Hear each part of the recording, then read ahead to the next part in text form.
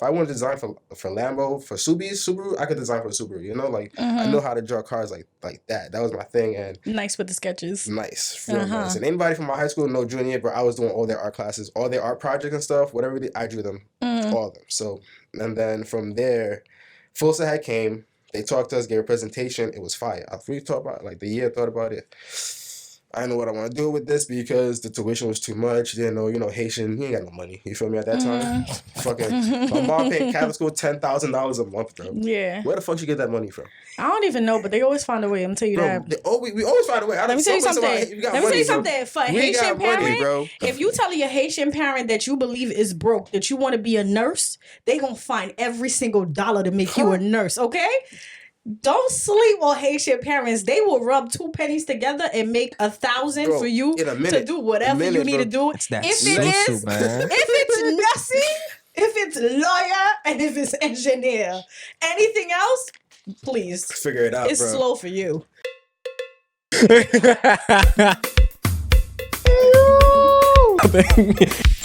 Ippy, that's it. Welcome to T.I.T.S, aka Thursday in the Stew. I am your host, Caleb, and I'm here with Bianca. All right. Now, look, I'm excited. We back at it. Another episode of T.I.T.S segment from T.I.T podcast. Bianca, please go ahead and do the honors for me because for sure. Okay, so this introduction is one that is near and dear to my heart because today in the stew we got my cousin, my family, my blood, my brother, okay? But he's not any other person. He is, the goated cinematographer, and he got plenty of other skills that I can't even list his resume because it's so long. All right, y'all know him, and if you don't know him, y'all gonna get to know him because he's really that guy. Let's be for real, okay? My brother Dumar. Come on now, give it up. How you doing, cousin? I'm good. How you feeling? Smack. Hi. We gonna make it happen. You have to get right to come Gotta in. get right to come in. I ain't even mad at it. All right. So as I said in the intro, you're a cinematographer and you are a man of many trades. So just real quick for the people that don't know you and don't know what you do and don't know, how lit you really are, how goated you are in this here game, talk your shit. Let them know who you are, what you do when the list of resume that is you. Facts. All right, yeah. How y'all doing, everybody? My name is Dumar Volatier, born and raised Flatbush kid from Brooklyn. This started about 11 years ago, I could say,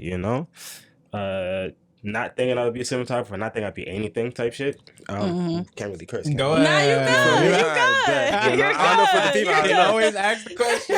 You good. I appreciate that. But yeah, so this, y'all start from the beginning or we go. I mean, okay, so let's start with, all right, you're a cinematographer, right? As a Haitian kid growing up, right? How did you deviate from the general being, a engineer, a doctor, a lawyer, all right, so and you went to being a creative as a cinematographer. How'd you get there? Let's start with that. All right, so getting here was I think it was easy because I'm a Sag, so just the five. Oh my God. There we go. Here we go. Here go the Sag. And it's a Sag, it's you're really dangerous, we just move in action. So it was really, as a Haitian kid with all them rules and strict, not really strict, but my household was kind of a little bit different. It was more so on a protection side and trying to figure out an escape to now creating me. Finding who I am, what I want to do, because I was studying to be an engineer. I did computer engineering in college. See what I said? Haitian kid. You gotta. I went to my associates and I was at CSI and I was I gotta go. This is not it. And fun fact, I also went to CSI. And the fact is I went to Bishop Ford in high school. That's mostly every Haitian kid goes to Bishop Ford from Brooklyn. It's some Catholic shit to save you. Yeah. Or Naz or Lachlan. Oh my goodness. We have to go there. We have to go to Catholic school to save you as a Haitian kid. Yeah. And the transition into film and being a cinematographer came from just one day got a camera, and that was when I was scamming and stuff with some friends back in the day. That was when scamming was actually fun but really not safe. And then I was just driving niggas around. Truly, I was just driving. I was never touching paper. I was never doing that. But that's you was a scammer adjacent. Scammer adjacent. It's a proverb. Past tense, FBI, if you were listening. Past tense. No more. But it was them then, like, one of my boys helped me out with something, with Sears, whatever, we got a credit. And I was like, all right, let me get a camera. And I was like, boom, I got the camera. So then I started playing with my friends, like little school videos, photos. Y'all remember that thing called Wake Up Now and shit? Yo. You remember them things? Beyond my time. Let me tell you something. I feel like this is my time. I feel like everybody from Wake Up Now is asleep because where are you? How? What happened? Everybody had Beamers and stuff. Listen. Right. So it was like, I was with them peoples, right? I was doing their photos and some of that, my boy James and his cousin and stuff like that, family. And that was like me playing, at the time, was iMovie, editing-wise. And it was like, I think I got something here, And I was just like fucking around with my friends where it was like, them rapping in the streets. I'm like, I'm just outside 24/7. This is before like I even really got my first job, anything like that. I was just having fun with these dancers, people, all these parties. And it was one of my good friends, Tommy T. Basically, if y'all was in the parties growing up back in the day, this was the only photographer that was in the mix. I know Tommy T. Now, he's a famous photographer for weddings and like engagement parties, all of that, bro. This guy is a mogul. Like, he's just amazing. I can't even think about anything else to say about him, Yeah. And I constantly see him here and there, but it was because of him. And then just at the time, social media, Instagram wasn't really blowing up. No one's really doing things, but I was just out there just finding something to do with this camera because it was something leading me away from the hood shit, being involved in this hood shit, to now being a part of the hood shit, but just for other hoods and just having fun, like seeing different things, taking me places, from Flatbush at the time.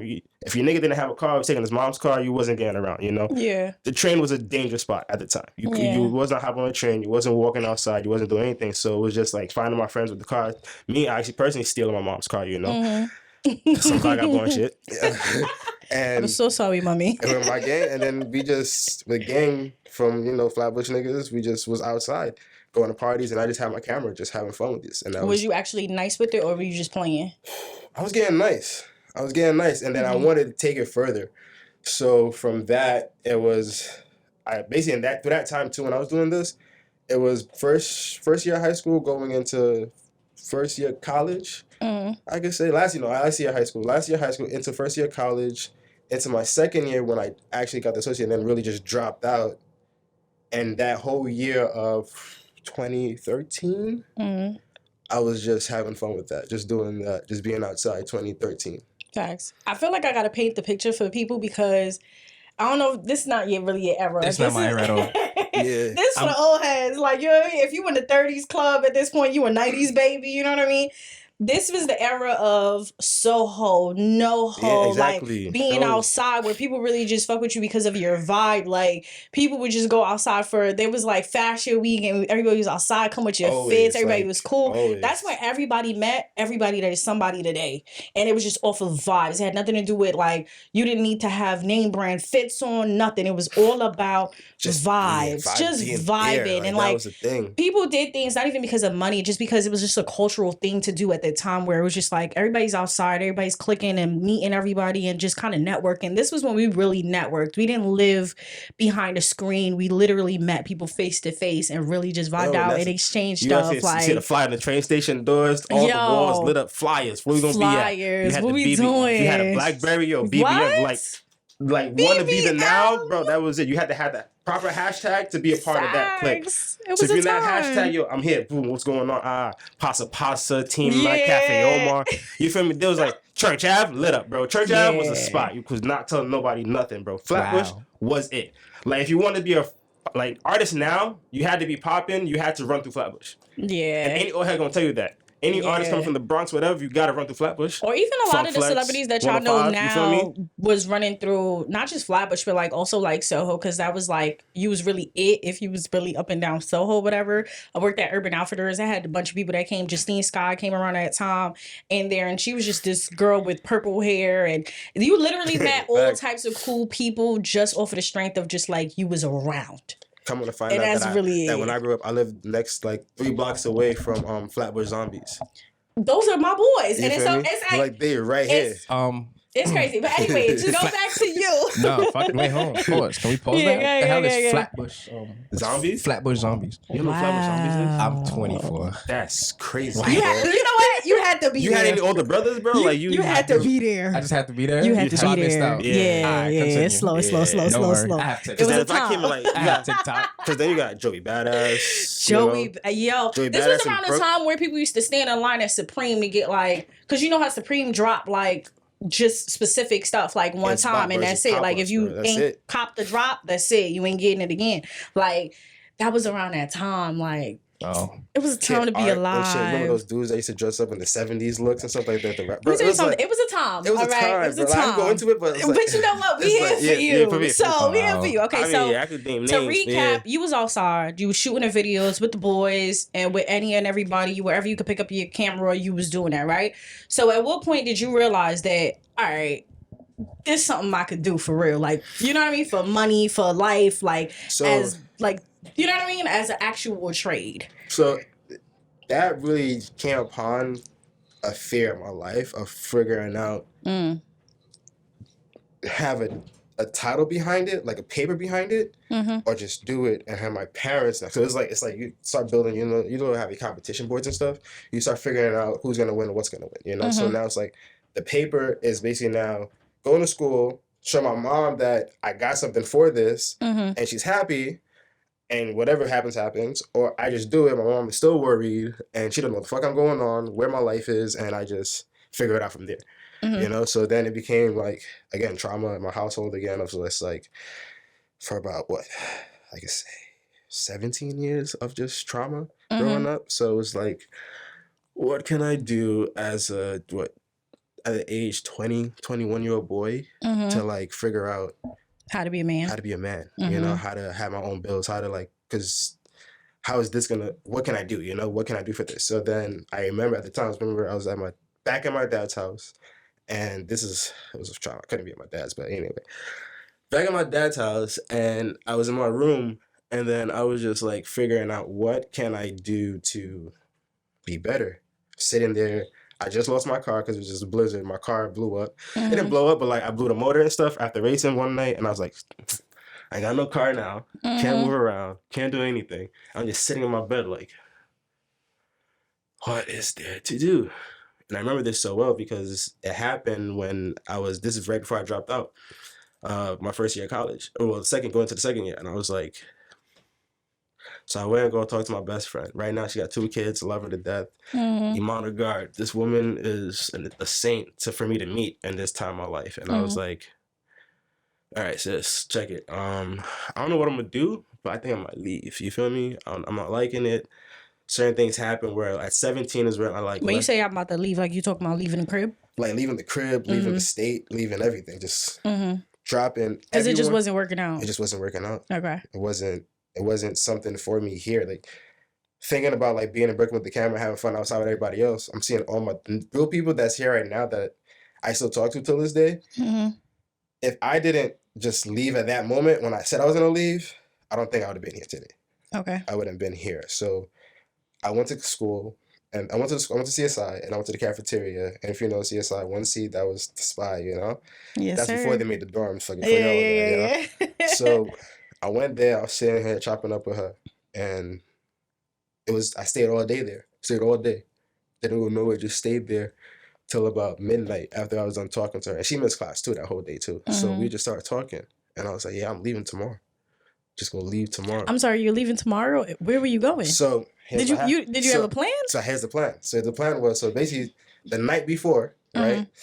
I finalized it. Basically, I had my mom help me out. You know, we call Full Sail now. So Full Sail basically was the school at the time that no one really knew about, but it was a real world education school and it was popping. Like, no one really knew about Full Sail. And how I remember Full Sail was my junior year. They had came.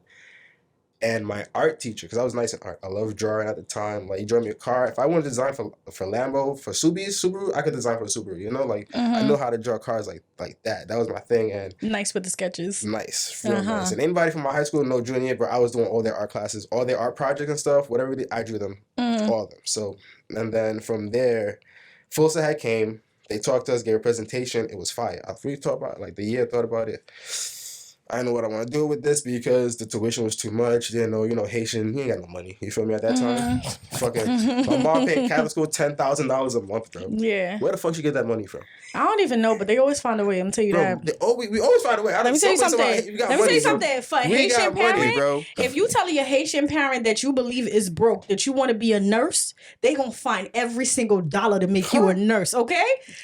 Don't sleep on Haitian parents. They will rub 2 pennies together and make 1,000 for you to do whatever you need to do. It's that if it's nursing, if it's lawyer, and if it's engineer, anything else, please figure it out. It's slow for you. Figure it out, and that's where I was at with it. So my mom just did that, but she didn't understand after that what I want to do because again, I never really had the education in the household. Mm-hmm. Of love, compassion, what else? You have guidance and stuff like that, man, all that stuff. So it was just protection of just trauma. And then basically trauma was like my dad was abusive, Can't really go into that, but that was a lot. Mm-hmm. And what's the question again? So essentially, you were sitting in the cafeteria at CSI, essentially trying to say that you were leaving tomorrow and talking about you going to that school. So Full Sail, right? So Full Sail, in a sense, was the case of I'm smacked. So it's cool. I got you. I'm listening. I got you. So you felt me, So it was in the sense of like, so Full Sail came, and that basically after that second year of me going to college, the day before that, when our friend came in, it was September. It was around September 12th. I had basically applied to Full Sail by myself. I had my mom call, help me out, get the Plus loan, get the loan. She was like, you want to do this? Do this, because she was like, all right, figure it out. And she goes back, and basically it was going to Florida. Yeah. So for September 12th, applied, got everything done. Where in Florida is that school? Orlando. So Orlando, Florida, on University Boulevard or Drive, I guess. I got my old license. I'll figure it out, But anyway, so September 12th, applied, got accepted and everything. $80,000 loan given, good to go. September 13th, sat down, thought about it. Went to school, talked to my friend about everything. September 14th, I'm on a flight going to Florida. But did you know that you was going to that school specifically to do any creative, anything? You just was going to school to go to the school? So when Instagram was popping, I seen some kids doing graphic design, editing stuff, like creating motion pictures and stuff like that. Like the cool thing at the time was invisible, like having yourself float levitation and stuff. Yeah. That was like everybody wanted to be fucking levitating at the time, How you levitate. I did my first picture. I was, green screen. Oh shit, figured that out, right? Yeah. So I was like, I bet I need to know more about this. And then I seen the school program, what they got. And then one of my friends, he does like very, very good VFX. And for like small images and stuff, I think, he did it for music videos too, but fire stuff at the time. So essentially you're saying that you went to school just to be a creative. You didn't know what exact space that you was going to do. You just said, this looks cool. I want to go there. And I joined the film program right there. And that was the film program. And I was like, I thought the film program did everything in Full Sail, but it really doesn't. It just shows you the basics and knowledge you need for the film industry itself.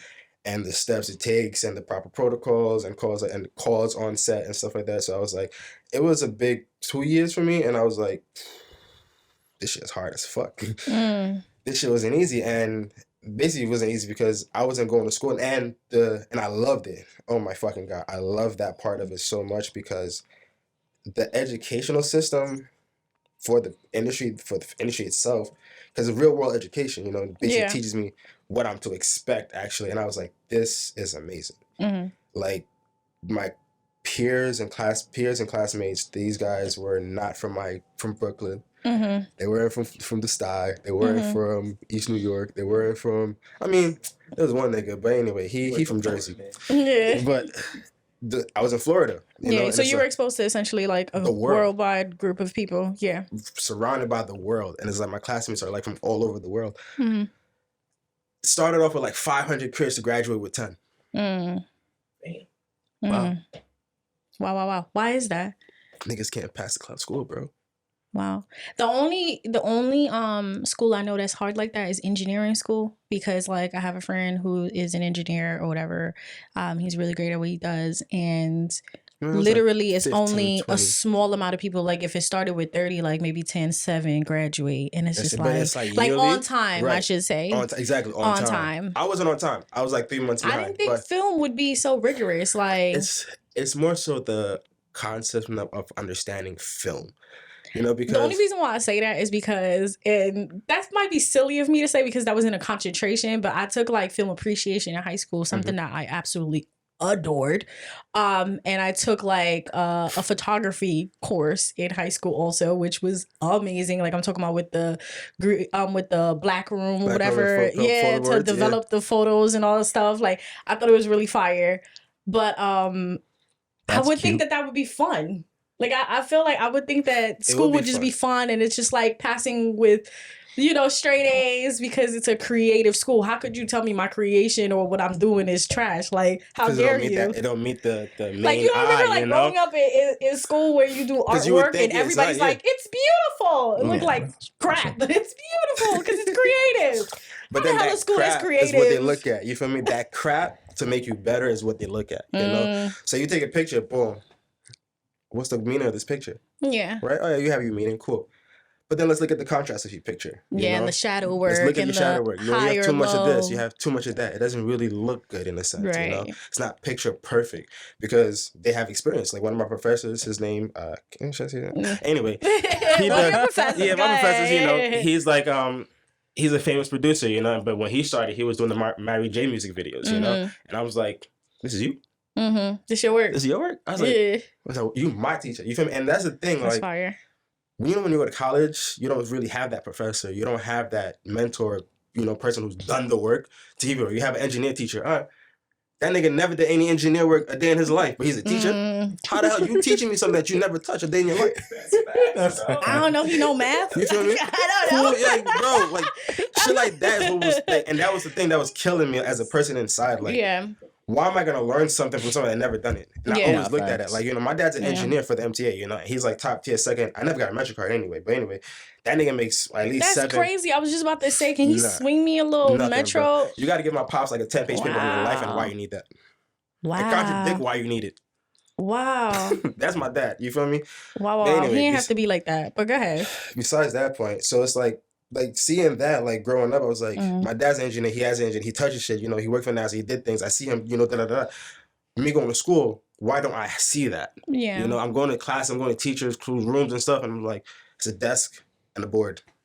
So you found yourself at that school? At that school, because it was outside, they gave us things, tools to go outside, develop, and they had the background and things to do it with the resume to do it. One of my teachers, Nikki Wilson, beautiful woman, bro, she worked for Kim Kardashian when the Kardashians was babies and stuff, you feel me? Like, this is my teachers, these are my professors who've done things I can look at to see myself where I want to be too now. Yeah. In a different light. Yeah. Instead of the norm of being around my niggas, like, I could just pull up and smoke with you, chill, but it was time to chill. I was like, with my boy, we smoked 13 spliffs. I'm like, why are we still rolling up?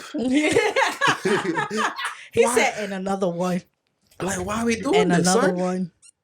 We in Coney's, like, you have your gang, you outside doing your thing. At the time, it was like, you go wild out, you come back, you want to relax. You chill with the boys playing 2K, but it's like, what else we doing, son? So you just weren't stimulated out here? Out here, it wasn't for me. But out there, you found what you was looking for? I became the man. You feel me? Like, all right, talk to us about that. How you became the man? Tell me nothing about Florida, anything about that. Like, I go to Florida, my boys back in the day, my roommates and stuff. We could like create something, make it happen in an instant.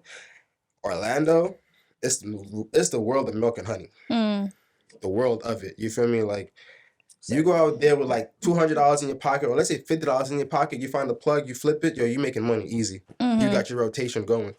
You feel me? And it's that school. Basically, I didn't have no room and board dorms like that. I had to get a crib. That was like first thing, get a crib. Use the money. Like, I got 80 bands in my pocket. I'm in another state by myself. You feel me? The money doesn't come in yet. You feel me? You gotta wait, get there, do orientation, sign up, everything. Money came in like I can say a weekly after. After I was already there. September 14th, and I was like, this is tough. Like, imagine I'm a weak character. I'm here, and they just dropped me off in Haiti by myself. Yeah. What you gonna do? You gotta figure it out, Yeah. So, figuring out was that role for my first year of as a human being in another state and as a young college kid going to school. So it's just the battle in the back. Don't forget a young black man. Young Haitian black man. Haitian black man. And that's the thing, bro. We always discriminate Haitians. I gotta talk about this too. We always discriminate Haitians, bro. Haitian men, y'all niggas, we're bad. We're terrible men. Terrible, man. Listen. Wait a minute. See, now this is where I gotta step in. Right? Yeah, you want to step? You can step. Hold on. What you mean we are terrible, man? What you mean by that? As good as we are, you feel me? We show inside. Let me sit down. I'm a Haitian woman, not a man. So let me just sit down. Listen, last weekend, we did something. Listen, no, we don't speak on that. We don't speak on that. Well, listen. Talk about y'all. Don't talk about y'all. Including that nigga's the worst. That nigga just dropped me to the bottom, bro. Talk about y'all. But like, what y'all talking about? Nothing. Nah, trying to know the tea. No tea. The tea, No but this one is deep. But anyway, that's another topic. Yeah. Listen, when you bring up that subject, on me, I'll be a host. I'll be a guest. But check it, bro. It's like, as a Haitian man, you know, not even just women, more so in the sense of us. Because we're going to focus on something. We're going to get the drive to get that thing, you know? But we're going to do some fucked up things in the middle to get it. For sure. You feel me? And then the women, us treating women in a sense, is like terrible. Like some Haitian men are good. There's some Haitian old niggas that's good. The young niggas, it's like 5%. 5% Haitian men. You could be one of them. You could be talking for that 5%. I think it's the other way around. The older generation is messed up, and the younger ones are trying to better it. I beg to differ, but all right. Here we go. You say you're going to sit this one out. I'm going to sit down. Let me sit down. Let me sit down. You're right. You got your grandma, grandpa, right? They're always together. Grandma, grandpa always together. They always go to parties, families, communions, first parties, all that. You see grandma, grandpa. We always go see that. Then following grandpa, grandpa, we got mommy and daddy. Some mommy and daddy's Gucci, but they got that beef in between. You feel me? But then you always go to your aunties, uncles, and cousins.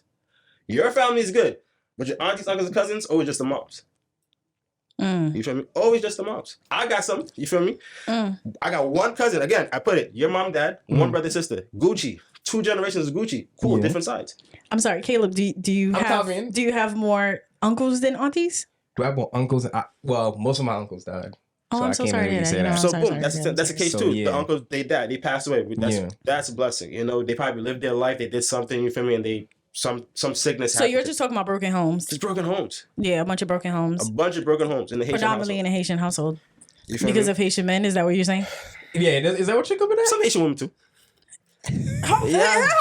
Some Haitian women too. I said I was gonna sit down. Don't talk about the Haitian women. We are the creme de la creme, okay? We don't know nothing besides l'école, l'église, la caille. My girl, Gucci, listen. S'il vous plaît. Thank you, okay? My girl's one of them. You know what I'm saying? Like you listen. We are the victim. We are never the problem. Thank you. You did not just say all that with your chest out. I sure did. She definitely did. As a faithful, loving Haitian woman of God. That's like 5%. I say that with my chest. It's like 5%. Nah. Ladies, listen to me. Haitian women, we really that girl. Okay, we ain't do nothing. We are innocent. And the most we are beautiful women out there loving. too, We are bro. beautiful. We are thick. We are good women of God, handpicked, selected by Jesus Christ Himself. Again, you're 24. Okay. Relax yourself. You feel me? Okay. Relax yourself. But listen, that's Thank the fact you. though. You, my girl. I'm on my beast, guys. You know, I'm on my beast. Yeah, you know, we gonna keep it calm. I'm not even going. I know what I'm talking about. What you talking about? What happened? What happened? Nah, I can't speak on it. What happened? Speak on it. Because people, it's gonna be too many. Oh, you throwing subs and all that, and I don't want no parts. Keep it a buck, because that's just you. You Don't feel be me? scared. Nah. We don't care. Don't be scared. Exactly. Don't be scared. Exactly. Don't be scared. Nah, listen, I'm gonna say what I say, man. Haitian, I love my Haitian women, man. I love my Haitian women. Speak women. very gentle when you say that. As a Haitian woman is right next to you. But there's the but. But what happened? Y'all are worse than the men. I'm gonna keep it a buck. How? Relax. You see, this relax. I like that. I can take my time. No. Relax. No, tell me how. You can't join No, this. You telling part of the good side. Oh, you're right. For me?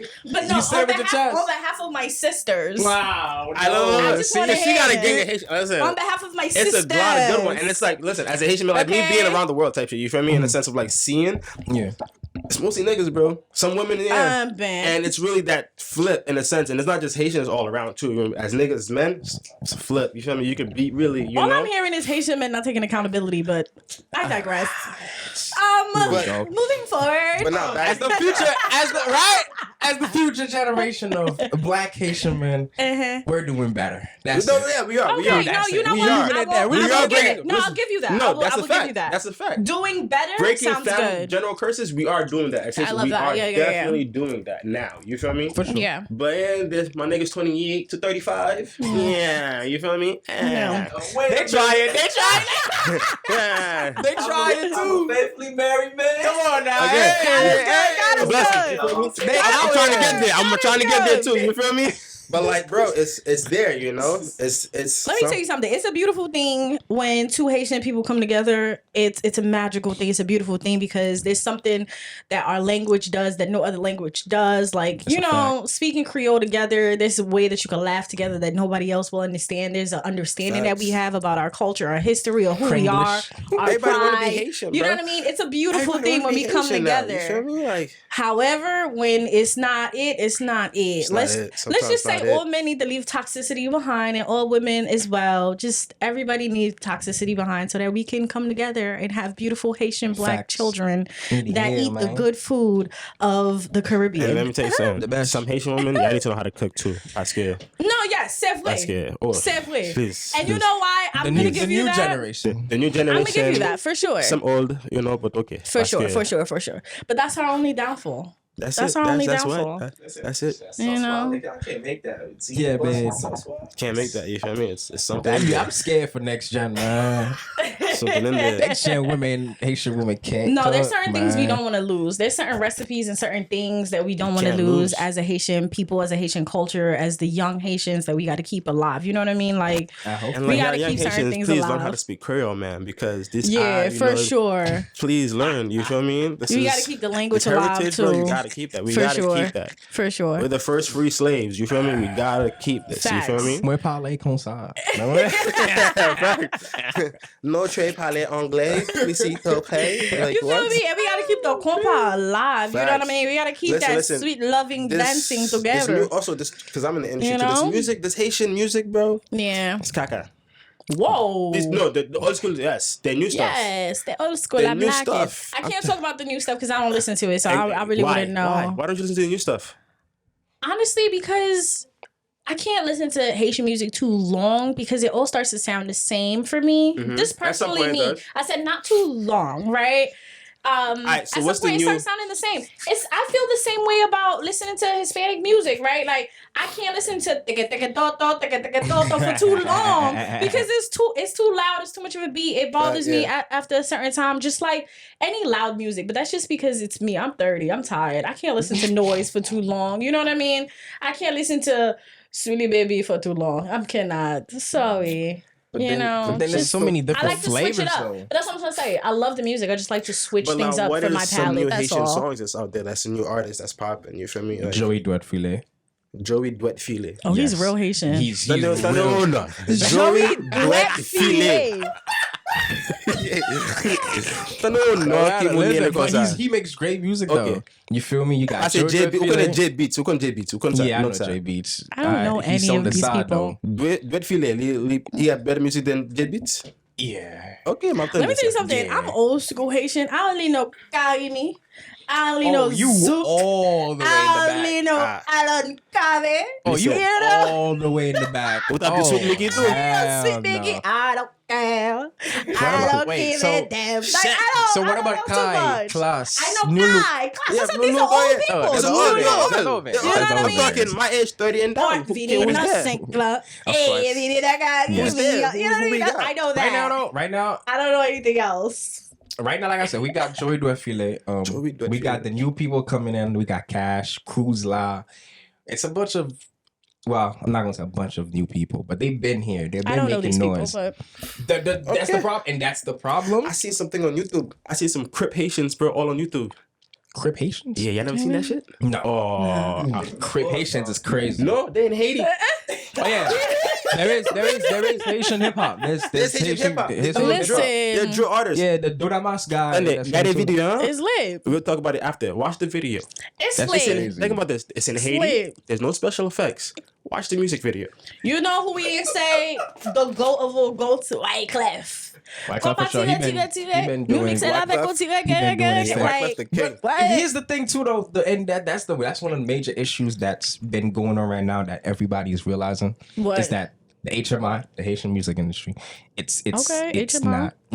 It's not going anywhere because nobody wants to actually support each other. They're all fighting each other. All the bands.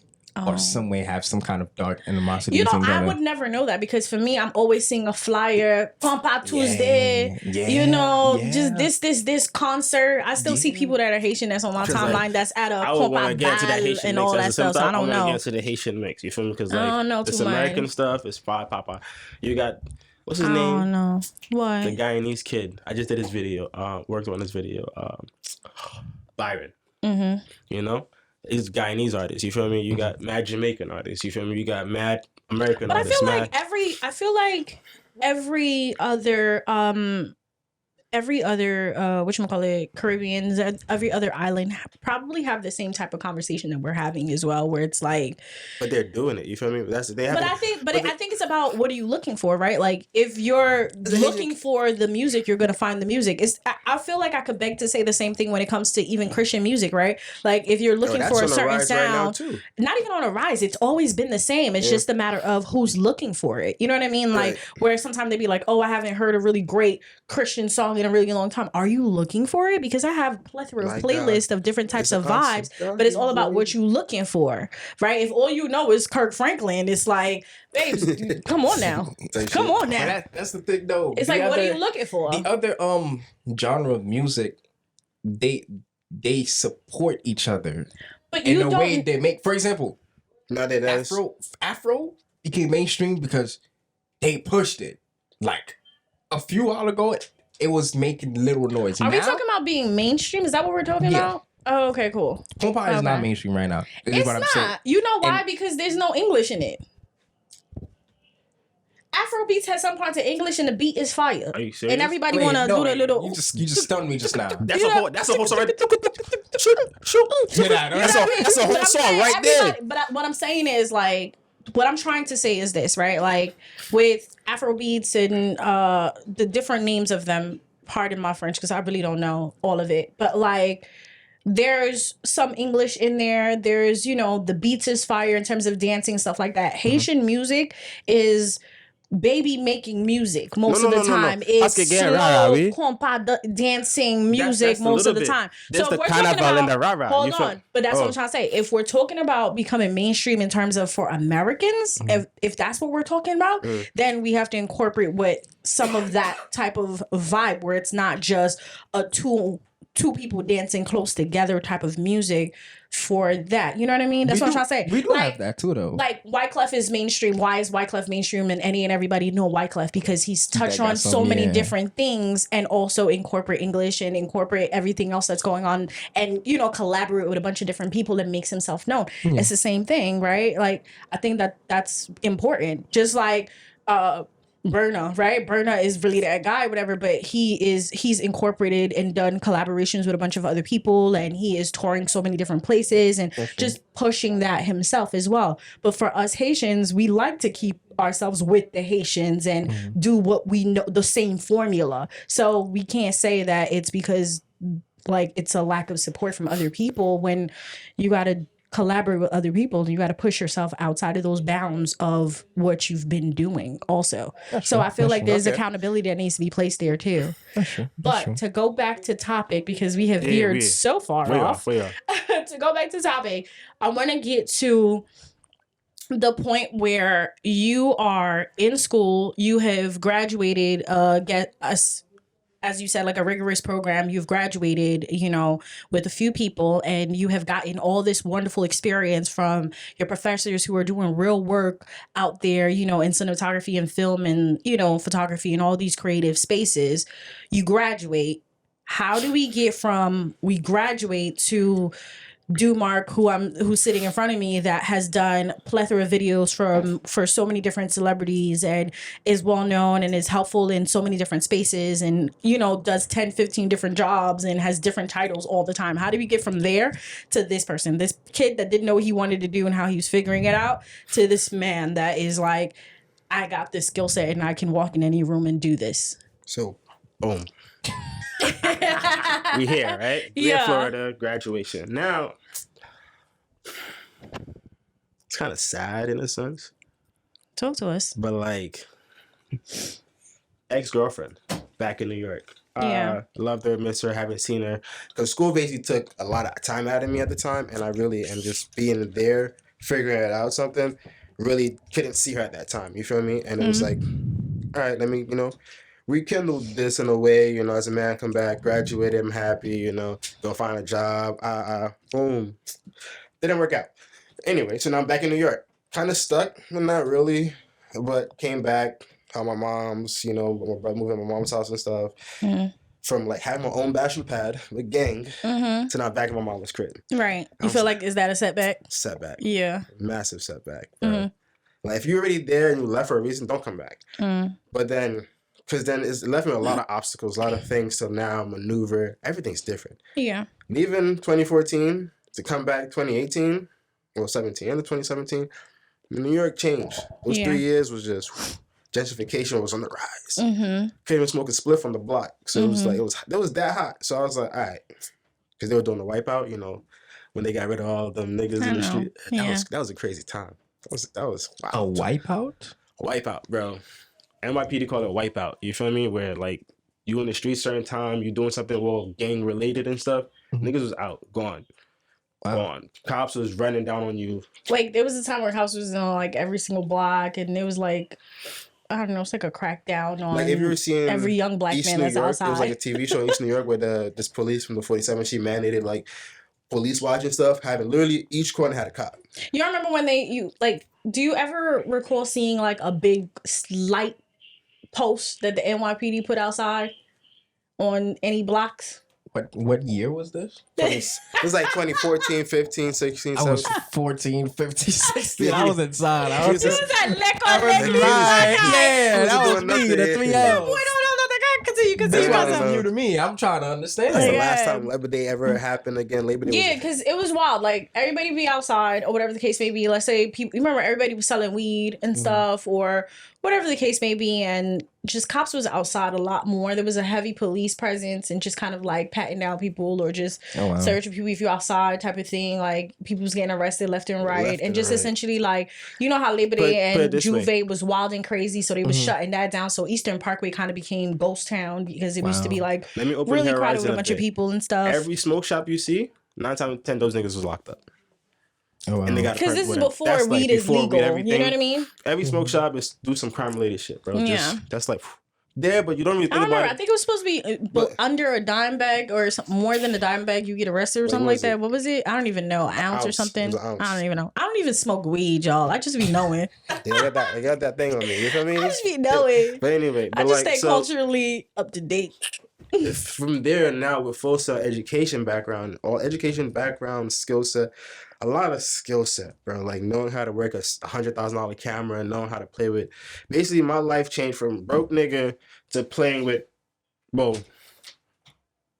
broke invested nigga, playing with like $1 million shit and stealing and like investing, probably buying, figuring out Florida and like stuff like that. Figuring that lifestyle with like playing with more than $10,000 to $100,000 of gear investment, all that stuff, to now coming back to New York now. You're starting at square one. Starting back at square one. Right. It's like I didn't lose no money. I have bread and everything, but it was just like, now what do I do? Right. Where can I go? Like finding a crib now, finding something. But now if I get a crib, I don't have a job. Right. What am I doing with this education? How do I make money with this degree in film? Right. What job in New York knows anything about fucking film? Right.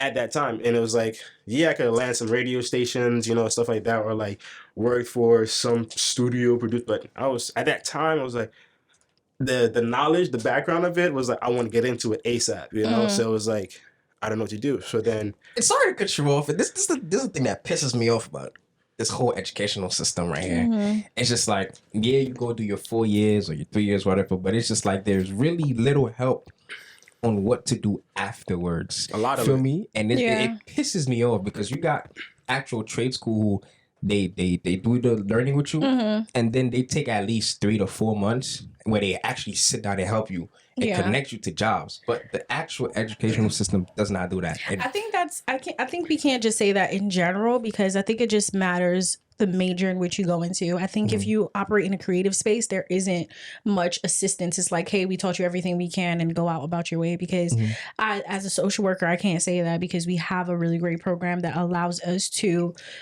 intern while we're in school and get hours of internship in order to graduate. And when we graduate, most of the times you do get a job with the internship in which you were in, or it's easier. It's a lot more of a help because the department essentially helps you to get a job. So I can't say that about the social work program. And I also can't say that about business program, because a lot of the times I know a lot of people that went to business school that they also aid them in getting paid internship, and also easier for them to get a job once they get out of school. So I think it matters what you major in and what you decide to do with life, because I could understand going to a creative school and then you graduate and it's like, go figure it out, because in a creative space, I don't think that there is one tailored way or one tailored path to get into a space of being a creative, because it's one of those things where it's like, you could literally go anywhere with this. So we don't know how to help you get where you're trying to go with this, is what I would think. You know what I mean? Like,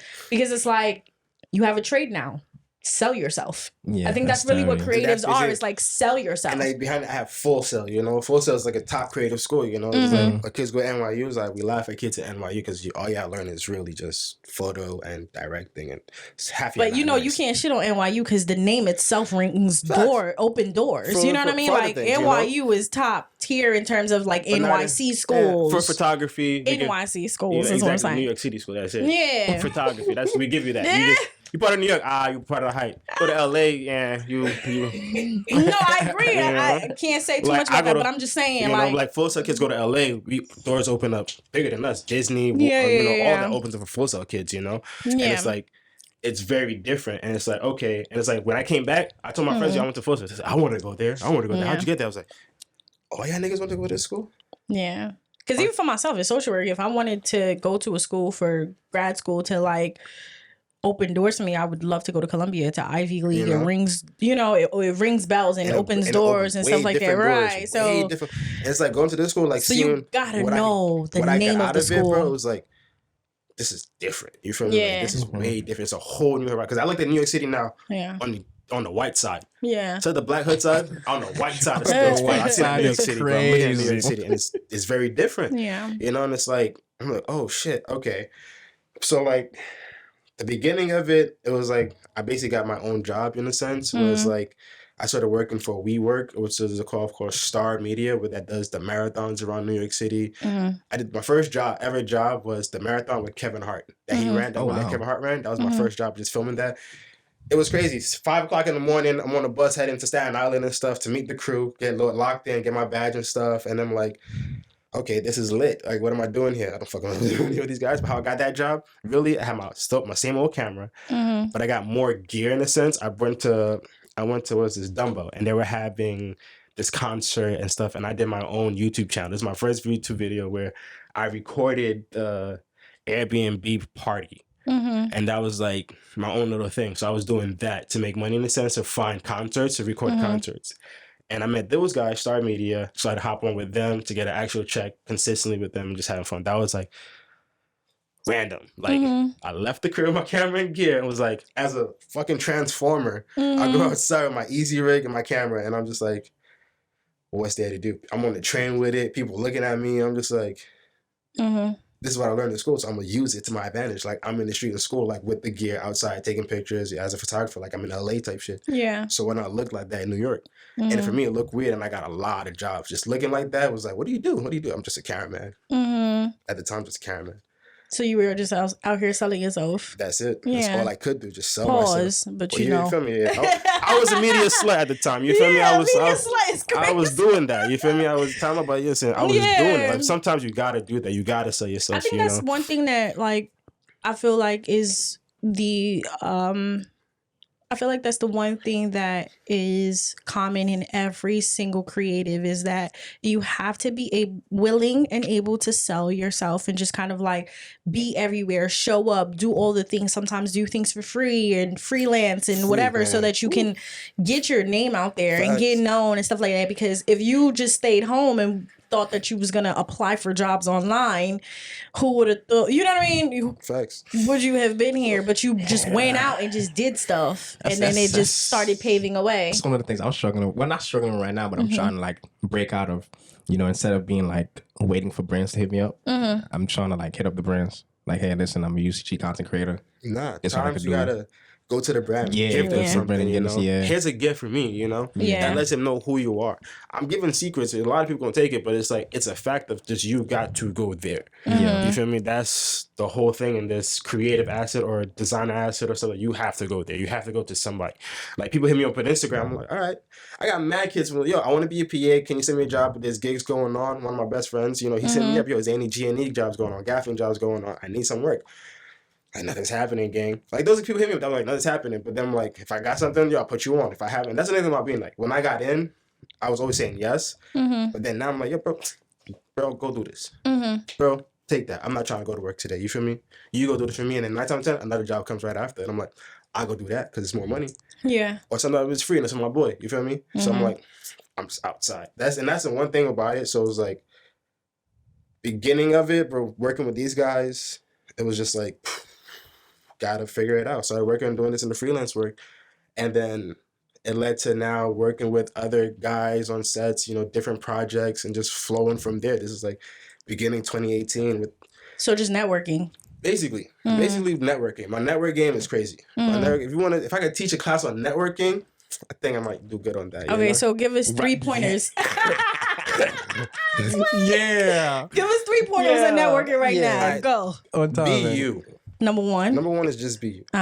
Don't switch up your voice. Don't switch up like your not character, but your stigma. Your personality, like, what who you are. With 10 toes down, that's you. You feel me? Facts. Because that person who did something, who's you want to be, did the same shit I'm just telling you to do. Just be you. They walked into that door like, "Hi guys, how you doing?" Like, if you're that loud, bubbly person, be that. You feel me? Okay, so be you. It might be weird. Second, what's the second thing I can say with the network? Show them something. Very important. Show them your work. Yeah. Show them what though? Just what you got. Okay. What makes you want to be with that person? Yeah. That's a concept too. So the first thing is be you. More like, why would that person want to be with? Work with you? Because the person doesn't really want to work with you. Oh. They don't. Oh. They don't. They already got their next plan going. You feel me? They already got. You're just coming to bother them at that moment. You're gonna get that attention at that moment. All right, cool. But what stuck with them for them to leave it? You give the card, yes. Yeah. You know. What was it too? Okay, so be you. Show them something that is, you know, worth lasting. Be annoying. Be annoying. So be persistent. 100%. Okay, I got you. I could clean that up for you. Be persistent. Be persistent. Yeah, be persistent. Persistent is the one key to be like, hey, how you doing? What's going on? Would you like to go get a drink? Yeah. Can we go out to go do something? Follow up. Are you free? Are you available for this? Ask them for their time. Yeah. You feel me? Because they're going to give you that. People are going to give you that. If I say, yeah, I'm busy this week, I could give you, hey, next weekend, I'm available. What do you want to do? What do you want to talk about? You know, let's go about these days. What do you have classes? What can you do? You have classes? All right, bet. We're going to meet after. You know, it's like, be persistent in wanting to see that person again. Yeah. Wanting to be around this person again. Wanting to know what this person's about. Hey, can I shadow you for this day? You know, can I do this for you? Do you need help with anything in your life? Whatever, you know? And that becomes your friend. And now that's your friend in the sense of like, hey, I got a job for you. Hey, can I put you on this? I need you for this time. I need you for this. I need you for this. Yeah. You know? I feel like I hear a lot of creatives say stuff similar to that in terms of like just in that type of networking where it's more like friendship networking, because more than likely the person that you want to give a job to or that you want to put on is somebody that you frequent or somebody that you are cool with or somebody that is like reliable, always there or responsive and stuff like that, because you know, okay, yeah, this guy, he gonna pull up. Oh yeah, he always want to always want to work. It don't matter what time, he's that guy. And with that's what opened the door for me to get many jobs. Facts. Many film jobs right after that. And it's like any set I'm on, I'm networking with the camera department, the art department, the grip, the gaffers. I'm networking with the producers, you know, sometimes flirting, you know, trying to get, you know, how you doing? I'll be your friend, but not really. But I'm just trying to get to that point. You feel me? In that sense. So trying to get to the bag. It was from then on, And then that's when I met my boy Jordan. Yeah. Shout out to my son Jordan Quest. My God, that's my fave. Love him. Studio Quest. You're on shout out to 5-8 Studios. Who's Jordan? So he also. I'm just here. So like, Jordan is what we call a cinematographer. Yeah, I'm for sure. She's what we call an actual, my nigga got it from the mud, figured it out with kid art, working with doing Kid Super, we're doing like a lot of Kid Super.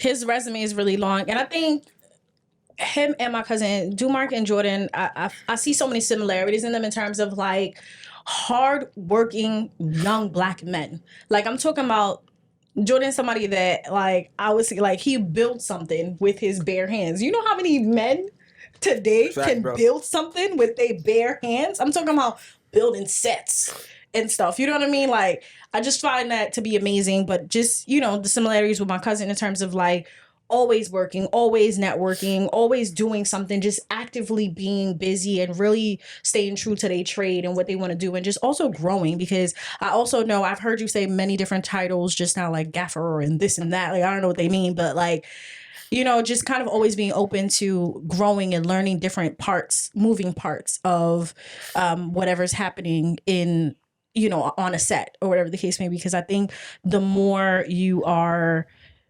fluid and the more you know how to do different things, the more roles open up for you or opportunities essentially. It does, but to lock in one main role is called assistant director. It's more so you have to know every department, the time it takes for the department to work, and utilize the crew people that's there working with you to be like, and have that family, that friendship. So that's basically at the end result. As an AD, you have to know your family. You feel me? Know your department heads, what they're working with, what's going on. We're working with this entire house. Art department's gonna take a long time with the truck to bring in 17 chairs, 20 couches, build a whole naked house and then gut it out at the end of the day. You feel me? We have 12 hours. Depending if it's a feature film or it's a music video. You got 12 hours every single day to make some shit happen, And it's like, my main thing in life was to become a union AD, basically join the DGA, Directors Guild Association, and like maintaining that. That's like my future last man stand. I'm there doing that. I know a lot of creatives that talk about joining the union and stuff like that. You just mentioned that. Like, what are the pros to joining a union? Essentially, a lot of work. Yeah, that's the main pro. A lot of work. Having a resume, more than at least the minimum is 400 days of work. Minimum 400 days. That's fire. Anything else?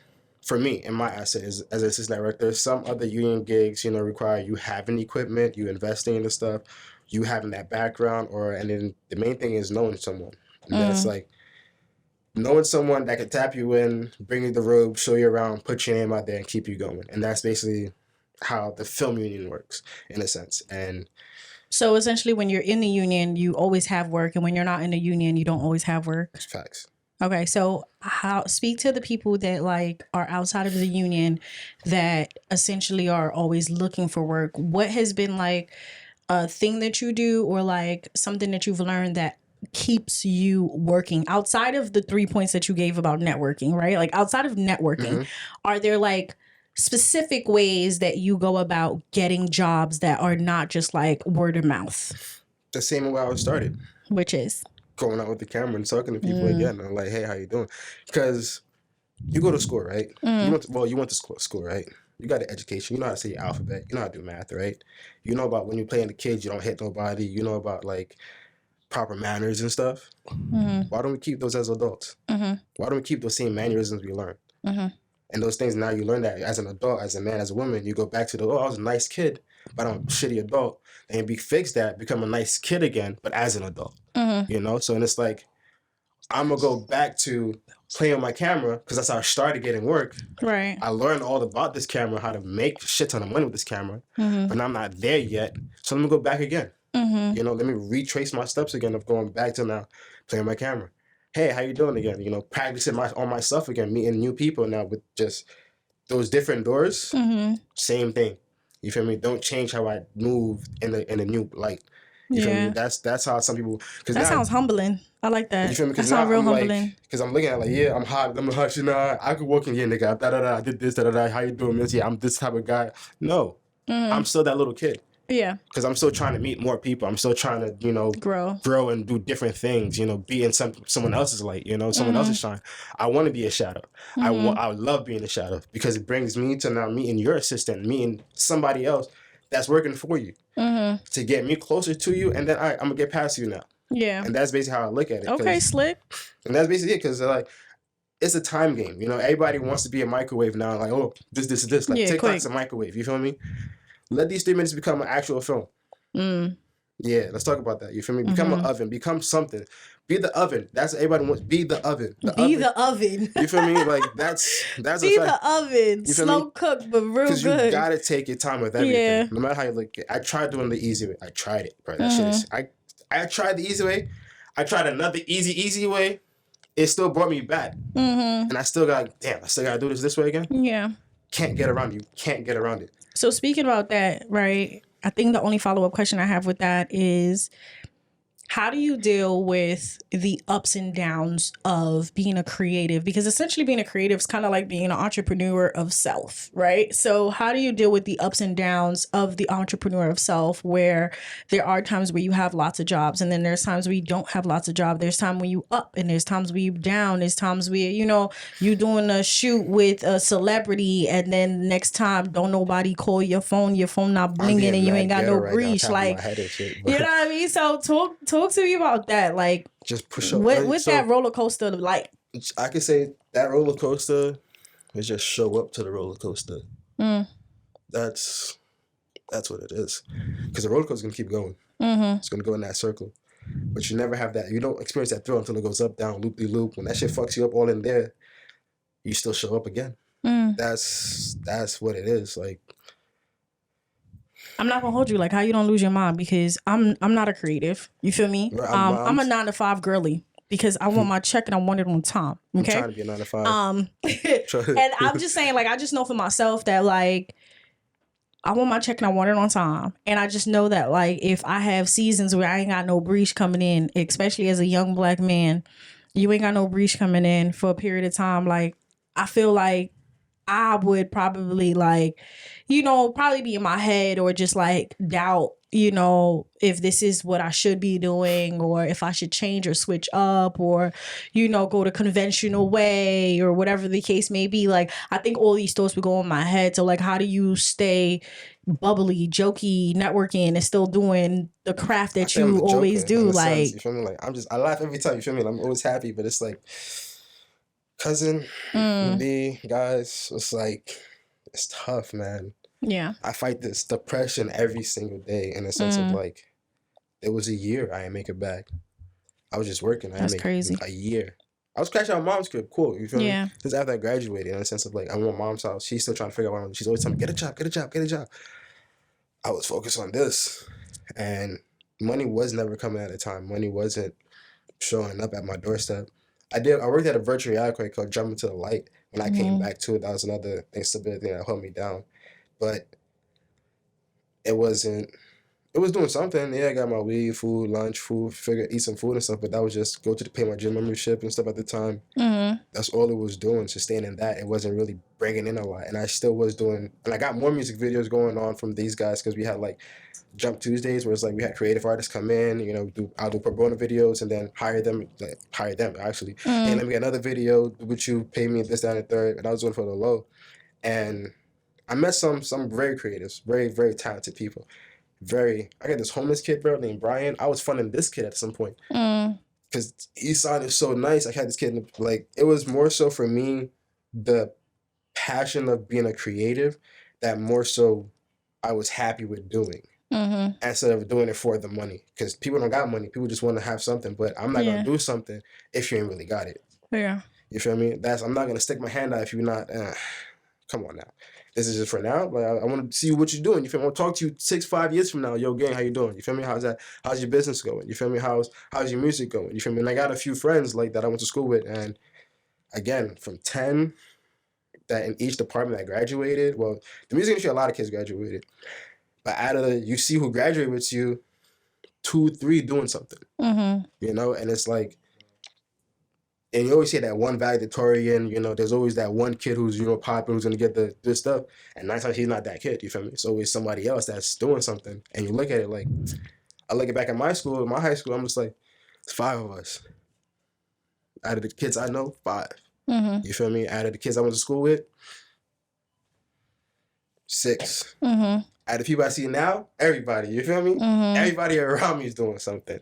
So it's like, what helped me was just that. And also I got into a massive car accident, which I had a year off to like practice my editing, practice something, because I couldn't walk really. I had like my whole left leg was like damaged. So it was like in sense of like, I sat down. As a man, you need time. You need time. You can't rush for these women. You can't rush yourself for anybody. You got time for you. Yeah, not time with your boys. I'm talking like you lock yourself in a room like you in a jail cell, you feel me? And you sit there. I know a lot of men that don't like time to themselves because the thoughts eat them alive. You feel me? Like write something, you feel me? Get a journal. I got like 17 journals. I seen them in my storage and I was like, these are my books. I said, I did this. So I looked at my notes, my iCloud, just got that shit back like 3 months ago. I was like, I got mad notes. Like, and it's like, I see where my skill set went. I practice another craft, editing. I'm not an editor, but I practiced that. I looked at all my hard drives and stuff. I lost one hard drive because my dog at the time just had a pee problem and he just like destroyed one of my... So you just be staying busy, learning new things. As it should be. I got a question for you though. I feel like that's a question that I've heard every single creative asks a big creative, which is, what point do you decide that I'm gonna stop doing favors and it's time for you to start paying me up? Like when is that time? Just keep doing favors. You just keep doing favors. Your time will come. Your time will come. Your project will come. You feel me? Because you're gonna invest in yourself. At the end of the day, you invest in the camera and the gear and all that stuff. You feel me? You see your work going. Some client's gonna see you at work. One person gonna see that work and feel like, yeah, here's a bag. You feel me? And then now, as a person who invests in stuff, you're going to sit down and look at it. Okay, I invested into this. This more money came in. What else can I invest in? I don't know. What else can I respect that answer, but I feel like I be feeling Caleb on this, right? Like, again, I am not a creative, so maybe this is not my space to speak. Well, because the bag... But I will say, you feel me? I don't know about continuously doing favors and not getting paid, especially when I'm at a level in which I know my worth. You know what I mean? Like, I don't know about that. Because for me, example, I know my worth and I know I can do a lot of work. So it's like in a sense of my challenge is figuring out that one thing I want to put my work into and get the bag for. Okay. Because again, I'm good at a lot of things. I'm good at video editing. I'm good at, taking pictures. I'm good at, working on a set, building lights together. I'm good at setting up a camera and stuff. Depending on which the camera is, I'm good at like 4 different cameras I could work on. There's a lot of other cameras I'm not good at working on, but there's positions and jobs for that. And I'm just like, there's one I know, which is assistant director, and I would like to more focus on, and that's more so business-wise, like me working for somebody in a sense of, but also directing and doing that. Freelance-wise now, as a director/producer, niggas don't got the money. People don't got the bread, bro, to pay for what my worth is, and then also locking in on me as a producer for projects and stuff. It's more so you have to have that network of like shortcomings and making things happen, and because for that client, for that person in a sense, But then it's like, you missed a nice guy. Yeah, you just nice. That's what it sound like. You missed a nice guy. I'm not gonna hold y'all. Dumark's the type of person like he really don't say no too often. Like, I need you to have that in your vocabulary. He really don't say no. Like if you call Dumark at 5 o'clock in the morning, like, yo boy, I'm on a set of X, Y, and Z. Pull up. He be like, send that Addy. Wow. Wow. Oh, like it don't even matter. Like he just be with it, and then it's so crazy because he'll come from the set, and then he got his work to go do, and then he got his boy he's helping out do a show, and then he this, and then he that. First of all, that's the question I got for you, because all the stuff that you be doing, how do you balance your work life and your social life in terms of family, your girl? I know your girl. Shout out to your girl. She a cutie patootie. I like her a lot. What if he ain't want that out there? He want that out there because I know her. All right. She a good woman of God. Here we go. Black, here we go. Fine. Here we go. Now everybody Haitian woman of God. Here we go. Okay. Right. Shout out, sis. I know you. Welcome to the family. She gonna see us and be like, yeah. But like, talk about it. It's tough. It's fucking tough. Like the first year of me professionally working, I seen her like 5 times. Hardly dated her. Hardly did anything.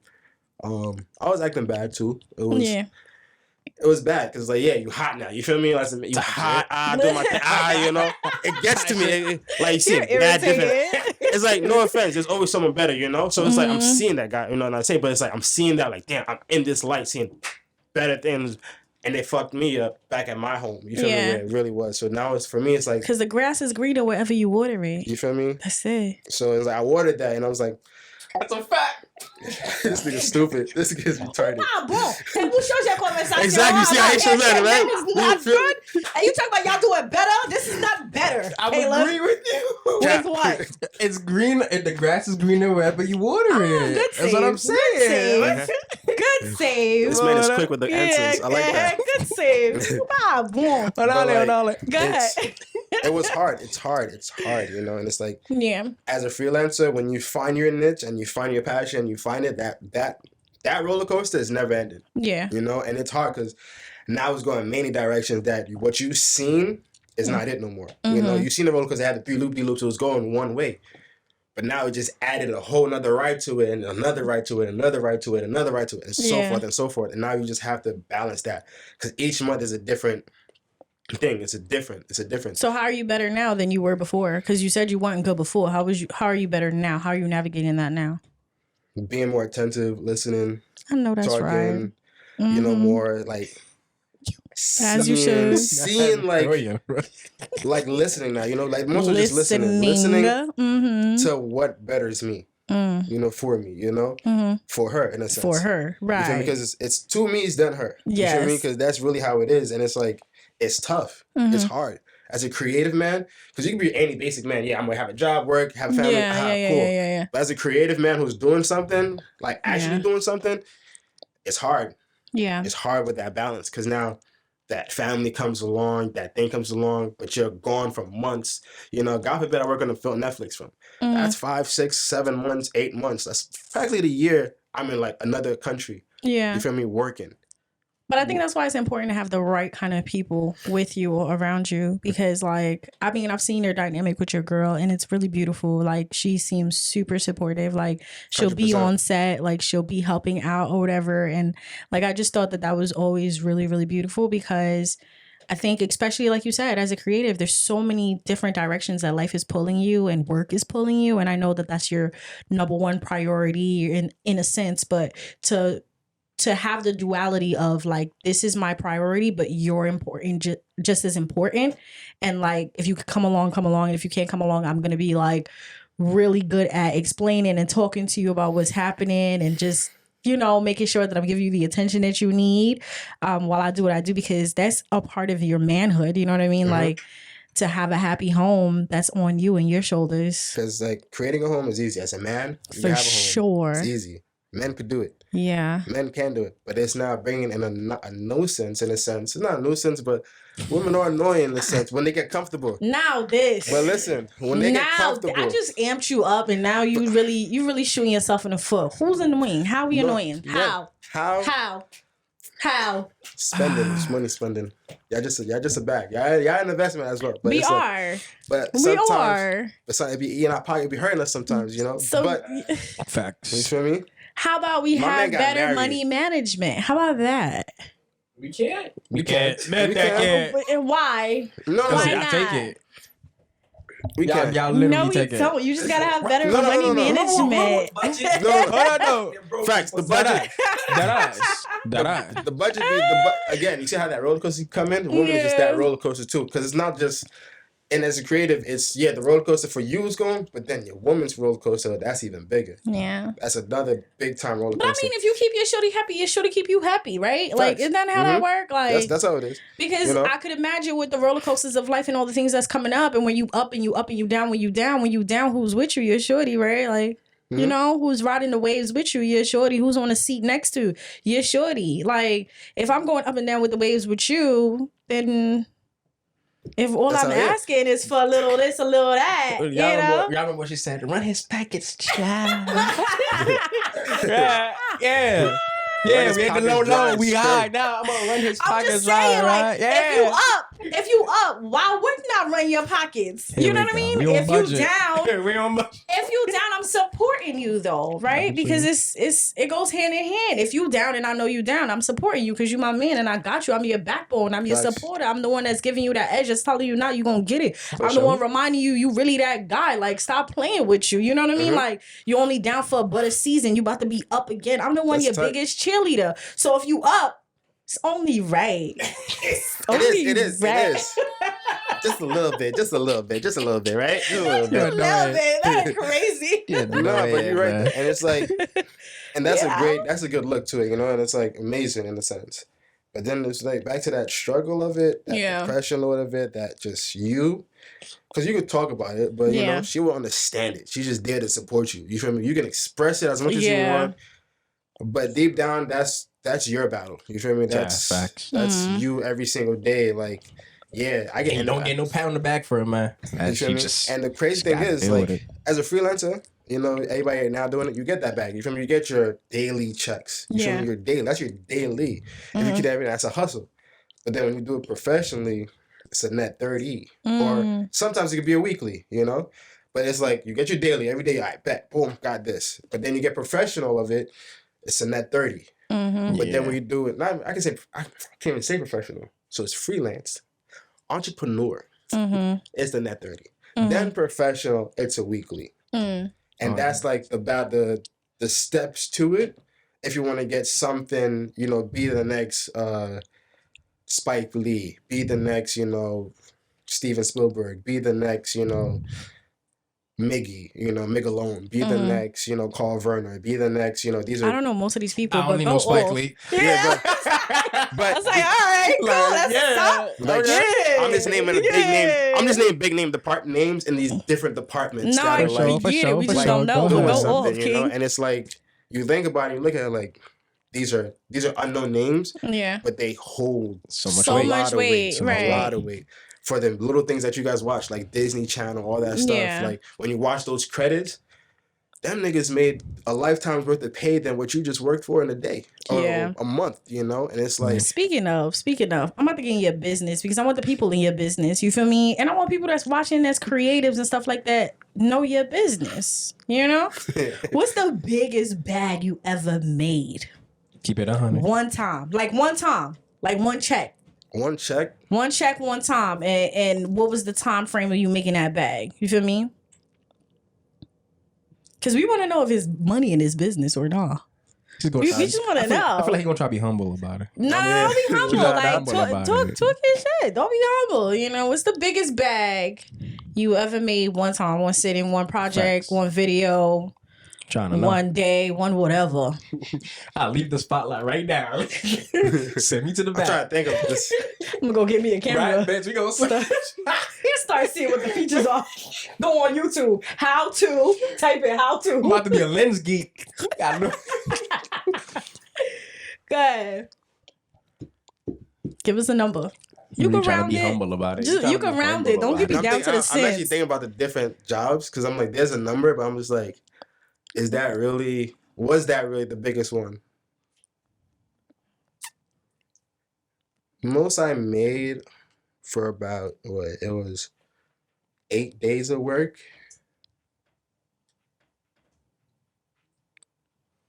$5,000. Okay, that's calm. That's calm. That's calm. That's calm. It wasn't up there, not yet. That's but calm. then like jobs I've worked on, $250,000. Oh shit. Okay.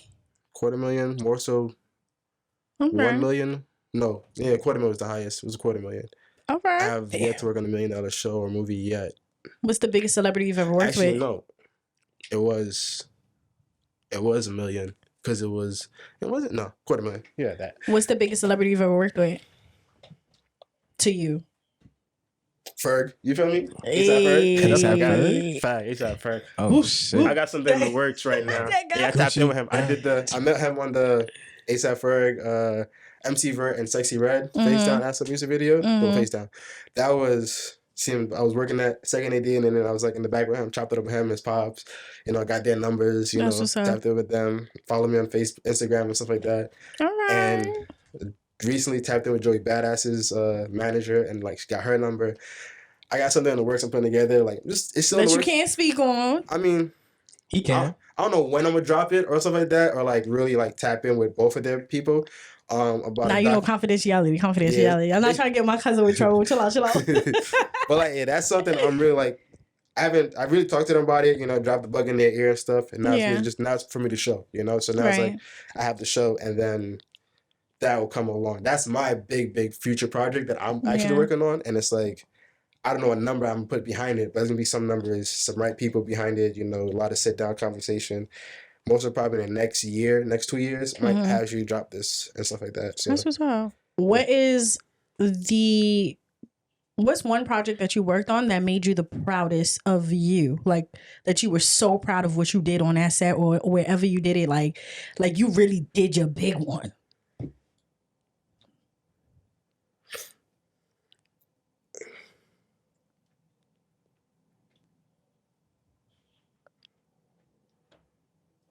Did a lot of work.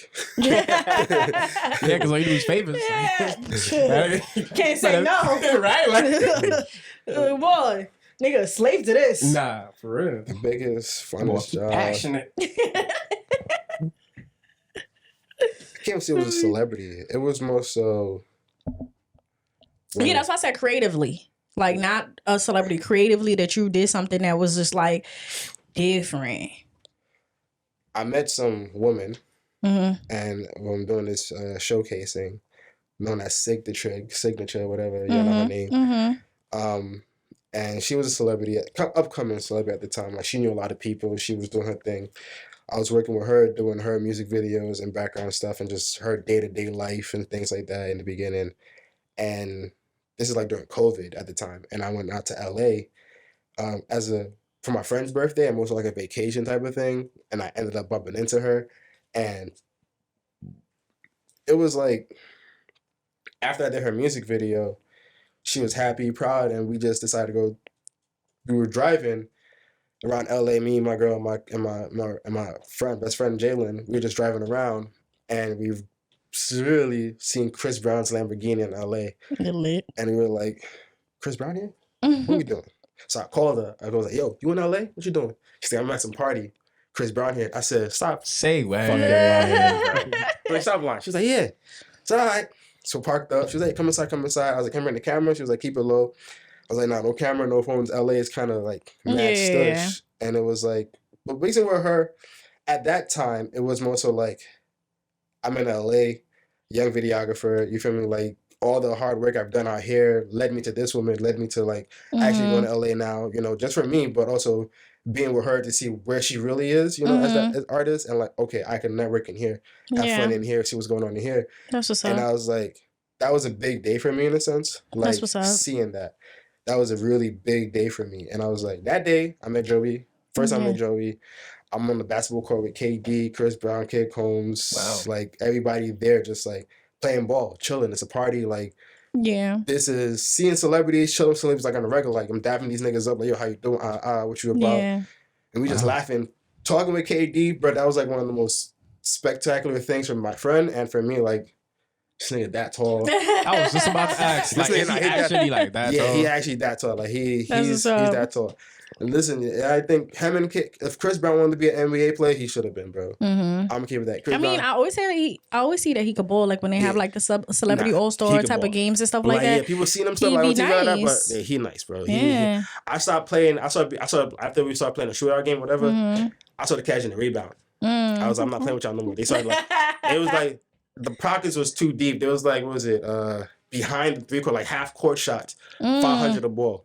So niggas back there. Make it 500. Boom, I gotta make it again, 500. And it's winning by 2. You feel me? So that money went up to like 70K. I said, y'all niggas about to really shoot for 70K right now? I said, all right, I'm out the game, bro. I was playing. I wanted to get my rent money. You feel me? I was at the mirror roommate. I made it to $3,000. You feel me? I made it 3 bands. I said, I'm gonna sit down. I'm out the door. Yeah, I got my rent money. I'm good. I'm going. You feel me? But anyway, it was that's fire. That surrealness of like a regular kid made it to LA. I'm in first time in LA. Like, I could be in these rooms and in these spaces. You feel me? Yeah. So it was like, I'm just that's here. fire. I'm just here with these guys. That's like, this is something different. To now I worked with Chris Brown again. You know, I seen him again. Did the music video with him. We chopped it up about that. Seen Joey again. Told him about that. He was like, "Oh, you was That's there." cool. Just remembering niggas like, yo, I was there, and it's like I'm not weird about it, and it's like, oh, what's up? I see you doing your thing. And that's good hearing. Like, I see you doing your thing. You feel me? From niggas that did their thing. You know, and it's like to get my name going. It's like, that's what's up. You know, and then like now. I'm just, you know, trusted to go with celebrities, pick them up, you know, starting up as a production assistant. It was tough. I ain't gonna hold you. A PA in the industry, that's the PA as in personal assistant? Production, not personal. You can say you can production assistant. Production assistant. Copy. You can't do acronyms here. Like we don't work in this industry, sir. The people want to know what these acronyms mean. So it's like production assistant. You're a slave. You're getting coffee. You're there first thing in the morning. You know, for last person to leave. But you in the room though. You in the room. Sometimes you're not. And then, I lied. So let me get back to it. I forgot about it. My first real celebrity big job was doing a commercial for Tommy Hilfiger meeting. What's these boys' names? At the time, what's a boy band? Oh, wait, which one? Mindless Behavior? One Direction? These guys, One Direction. Oh. Yeah. You said kids. That's the first thing I thought about was kids is Mindless Behavior. I don't know why. What was that? Where is Mrs. Right? Hey. I want to see her. Travel Lord across I might be the world just to meet her. You can keep me on it. I might be capping. I got it. But I saw them on 42nd Street, right outside the Hard Rock. Like they were just outside, and these little girls, and I'm over here like, move, like. That's Get crazy. out the way. I'm on my way to work. Nobody got time for this. These are children. That time was their time, They were man. children. Their time was their time. I'm talking about young girls and grown women. Like, these are children. Grown women is wild, like, what are you about? To children? Be for real. But they were so cute. They were adorable. Cap, the Chainsmokers. I don't know what that is. Yeah, that was the guys. I don't know what that is. I don't know. That was the boy band. The band that I was working with. That we no did disrespect. Tommy Hilfiger. And then I had worked on Tiffany Blue Box. All I know is Chainbreaker. Jesus Christ. Hallelujah. Tasha Cobbs. That's what I know. Chainbreaker. A Tiffany box commercial. And what was the next big one? The history, it was documentary. It was the history of the Brooklyn Bridge and Black history in New York. Okay, cool. Those were my favorite 3 big jobs that like I actually had worked on when I first came to New York and stuff. So that's before like this whole celebrity lifestyle hit. These were the main corporate jobs I was actually like big on working, and I was like, yeah, this is tough. That's what it was. That's hard.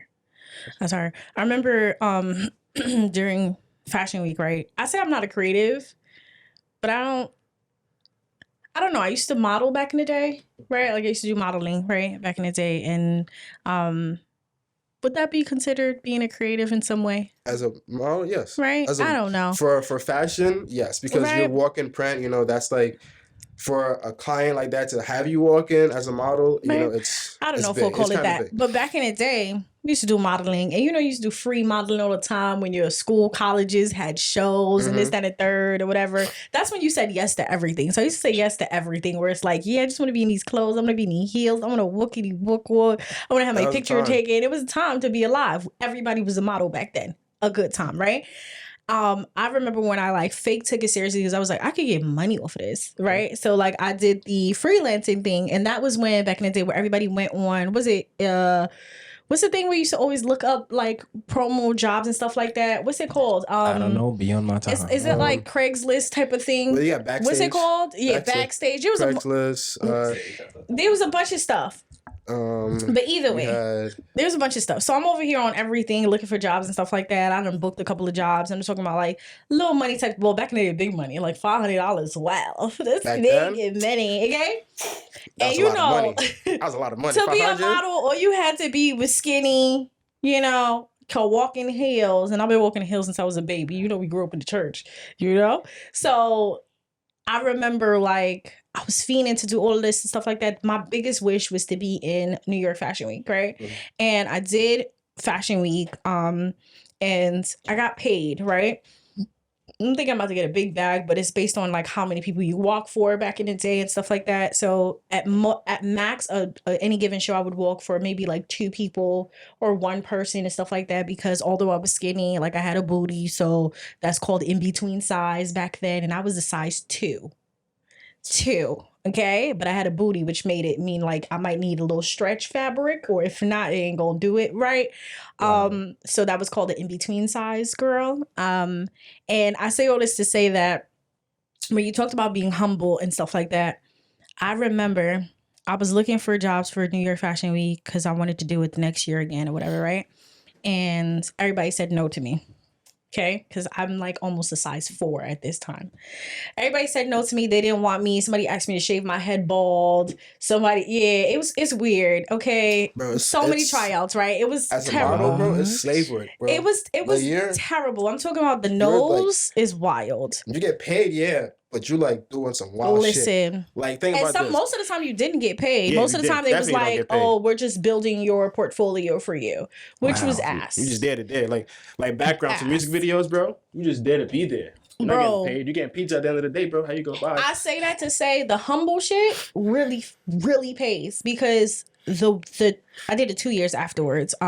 Where I signed up to work backstage of New York Fashion Week. When I say I got paid, I got 3 bands for 3 days of work. Oh. And they fed us every single day. Some gourmet class meals. Okay. And this is to be background. And background, what was I doing? Making sure the girls was right, making sure everything fit right. That's and I'm just running background. Yeah, I'm running background and making sure is there anything that they needed for the set when they're coming out. Like I'm literally just running around like as a low-key assistant in a sense, right? In a sense. Making bank. These girls was not making money like I was making. And I said, oh, wow. Never again. Mm-hmm. I did this for 2 years straight, and I was like, never again am I think the models will make money because we're hiring them to be for the picture. Yeah. I said, the production makes way more money than actual model. I said, wow. And I'm talking about these girls, they toes is hurting. They hungry because they can't get fed because they can't be bloated. Like, I'm talking about they giving them champagne and crackers. Like, I mean, the equalest amount you can say a production assistant will make as much as the model. That's what I'm saying. When you talk about humble and just doing different roles and stuff like that, I said, wow, what a humbling experience. Never again. Never again, right? Yeah, and this modeling stuff ain't for me. I like to eat, baby. It's not it. It was clip. And it's like, bro, it's a beautiful thing working behind the camera. Like, this is my first time on camera, so it's like, the shaking stop. You got confidence. You talking about you. So it's good. It's like, it's more fun behind camera, you know. It's like, these models, yeah, you see the baddies, yeah, you on set, you can talk to them for, have your fun, niggas gossiping. But once they leave, bro, we having a party, bro. We having a massive party behind set. We're the directors, producers, depending on how cool you are with them, you know, and it's like, you just having fun. Just mad gift bags left over. I'm taking everything home. And I got Versace. Like, I just got mad stuff. Like, photography, photos, like modeling stuff, they make more money than the music industry. So much fun. Like, commercials make more money than the music industry, you know, and documentaries, not so much. But if you, in this industry, commercials, bro, that's like where it pays. As any job you want, you work in commercials, like as you right, Sweeter Feds commercials, stuff like that, all them things. I can't speak on that. You can't? No. Oh, yeah, you. But bag, you feel me? Like she knows, you feel me? That's like commercials, you know, and it's like. Yeah, like I'm in an ad agency now, so it's a lot of money there. You see the like lots of money there. Like it's free money. It's crazy. You know, ads, commercials. Yeah, them ads. It's money. You know, stupid money. Dumb money. No, dumb money. Dumb. Yeah, I know. Like, and you're not even a slave there at all. Like you're not a slave, bro. You're that. You just listen. I'm chilling. Like I'm actually literally chilling. You know, but it's like anything else is just grunt work. You really got to put that time in. You know, that's. More so what that is for anything else. You have to put the time and people have to know who you are and stuff, you know? Facts. So what would you say is like your goal now? Like where are you trying to go? Like we've talked about like where you come from. We talked about, you know, the ups and downs of the thing of, you know, being a creative and we talked about learning all of the trades and all of the skill sets so that you can be in multiple places in the room. We talked about networking skills. We talked about all these wonderful things. Like where is Dumark trying to go next? Like, what is your next steps for yourself and for just like your craft and stuff like that? Next steps right now. Like saving. Ideally saving. Yeah. Saving as much as I can to then like create my business. Well, I have a business, but also to grow that into like an S corp, to not have a building and so. So what's the business that you're trying to put out there? A hub. Like a creative hub. Like how 5-8 is. Yeah. 5-8 Studio is basically a creative hub in Ridgewood. We have a film studio. It's not a producer. It's not a music studio. It's a film studio. Yeah. And people come take pictures. We create things there for people. We have parties there. We invite creatives to come at a cheap rate with gear that's already supplied to you. You just gotta know how to use it, you know? Yeah. But some people just don't know how to use it. Everybody wants to pick up a camera. But y'all know how to use everything, so y'all there to help out. No, we're not. Because we have the space. We have the space for you. You feel me? Yeah. Like, if you know gear and you know how to set lighting and stuff like that, commend you a lot, because that's less work for us. Now, if you don't know, then we have to be there. You feel me? And it's like, what do you have? So are we doing like a shameless plug for 5-8 Studios right now? Like book? We could, you know what I mean? We could get that going. You know what I mean? Like someone could be there. You need a space. 5-8 Studios type shit. You're trying to do a music video. 5-8 Studios. You know, 5-8. You need a space for a podcast. 5-8 Studio. You know what I mean? We got the gear. You just gotta know how to use it. That's just calm shit. You know? And if you need gear, you need a party space. 5-8 Studio. Hello. You know, just 5-8. You feel me? Like we here. I should order 5-8 merch. Like forgot that. You know, but listen. Is that what we doing right now? It sounds like that's what we was doing. It's so just I mean, that time, we might as well do it. It's that timing, you know. So it's like, but essentially, you want to create a hub. I want to create a hub that just provides everything in one space, where it's like you can come, get your work done, and meet other works and be a part of other works and be there. Right. You know, in the sense of meet creatives, you know, because it's hard to meet someone like me. It's hard to meet someone like I can say Kizza, Tashi, you know, hard to miss Zena, hard to miss these guys, you know, VSNY, hard to miss, you know, like knowing where to go. Okay. To get the job done. Knowing to meet the right people to get the job done. You feel me? Like, sound like you should start an app, like, you know what I mean? Where it's like book a creative type of app. You know what I mean? Book a creative, exactly. In Brooklyn. Graphic designer, cinematographer, photographer. Like if somebody already has the app, you feel me? I could plug in and give that, you know? Like, just saying. I'm not off. You feel me? That's something, you all know? creatives, tap in. Dumark. You know what I mean? What's your IG? Let them know. You know, tap in. B_cinematics with the S_. You feel me? Tap in with me. Period. You can find me. That's really where you can find me at. And if I give you my number. DM. He said DM me, bro. DM me, you know. My email's there. You can email me too, you know. Give me your projects and stuff like that. Don't be too prideful, gentlemen. DM if you need work. Facts, you know, and it's like I put the numbers out there of like what my costly, you know, it's like at a cheap rate to get these guys, because it's not just me now. Yeah. You feel me? Now I'm producing, you know, helping produce and direct my own stuff and other people's stuff. You know, in the sense of like, yeah, you got a budget, because I'm like, don't ask me what's my rate. Yeah. Because I'm not gonna give you a rate. I'm asking what's your budget? What do you have to work with? You feel me? How much are you invested into yourself? Y'all hear that, gentlemen? Come correct. Know your budget. And this is a sad thing too. Like niggas, men, y'all broke. Ooh. Y'all broke. Niggas is broke, bro. Ooh. Because like, yeah, niggas is rappers, right? Ooh. Niggas gonna pay the producer 60, 70, 80 an hour to get the beats. Fact. That's fire. But now when real niggas, because you can get a cameraman too, $400, get the cameraman. He gonna get that. He's gonna shoot the camera. His little $1,200 camera, he's gonna pull up. Yeah, we here. Let's go here. Chop it up, mad effects. That's everybody, bro. That's easy. Facts. If you want good work, real work, come with a budget. Easy. Let's take time. Let's sit down. Boy. You know, let's sit down. Let's talk about, you want the actual baddest shorties on your video? Yeah. Because you get the shorty from the block. She's decently cute. Ooh. But let's get someone who really does this. You feel me? You want to get an actual model? Professional, too. Be again for the low. She's going to give you what you want to do. You got to pay for that. You feel me? You want to shoot in a location. 9 times out of 10, niggas already got the budget. They're going to get the B&B. They're going to get the Rari. They're going to get the cars. All right. Let's put money behind it. Let's think about your investment. You feel me? Let's see where that's going. Let's see how much you actually spent for your video. You're like, damn, bro, I dropped 6 bands just for nonsense, and I got a shitty video. So what you're saying is, if you want real work, come with your budget. DM my boy. You feel me? If not him, he'll pass it off to somebody else. You know what I mean?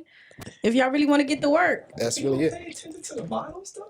They don't really care about the models. It's more so the dynamic of that video. You feel me? Some music videos can use models, but some music can use actual concept in the sense of like, we're shooting in a blank space with the actual spotlight hitting the person. You know, that's a nice scene.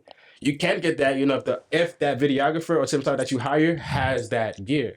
Right. If they don't have that gear, you're just gonna get the street shit. You're just gonna get that because he invested in himself to have these lights, or know somebody who has lights, but he's gonna have his boy come on.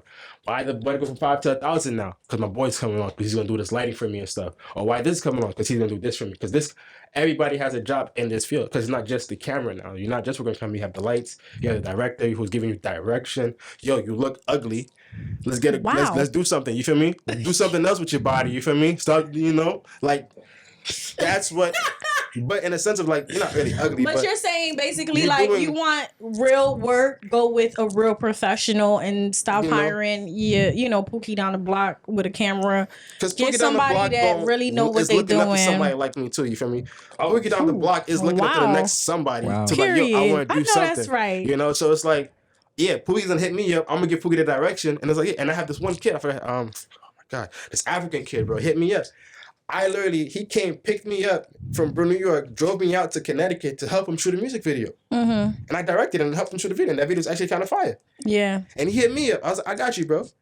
I'll help you out. You feel me? Like, I'll help you shoot your video. Like, help you give you direct. Because he had the space. He had the scene. He had a campfire. He had location. The artist, invested into this thing and himself. And I was like, he needs the help. And I helped him. I didn't see not one dime from that. And I was like, yo, bro, do this. That's you giving back. I like that. You feel me? This helps you get better. You feel me? I seen his work and I'm like, yeah, bro, you actually nice. In the African community doing African music videos, bro, this kid is nice. I like that. I give him, I gotta remember his name, but he knows what I'm talking about when he sees this. It's a lot of people, bro.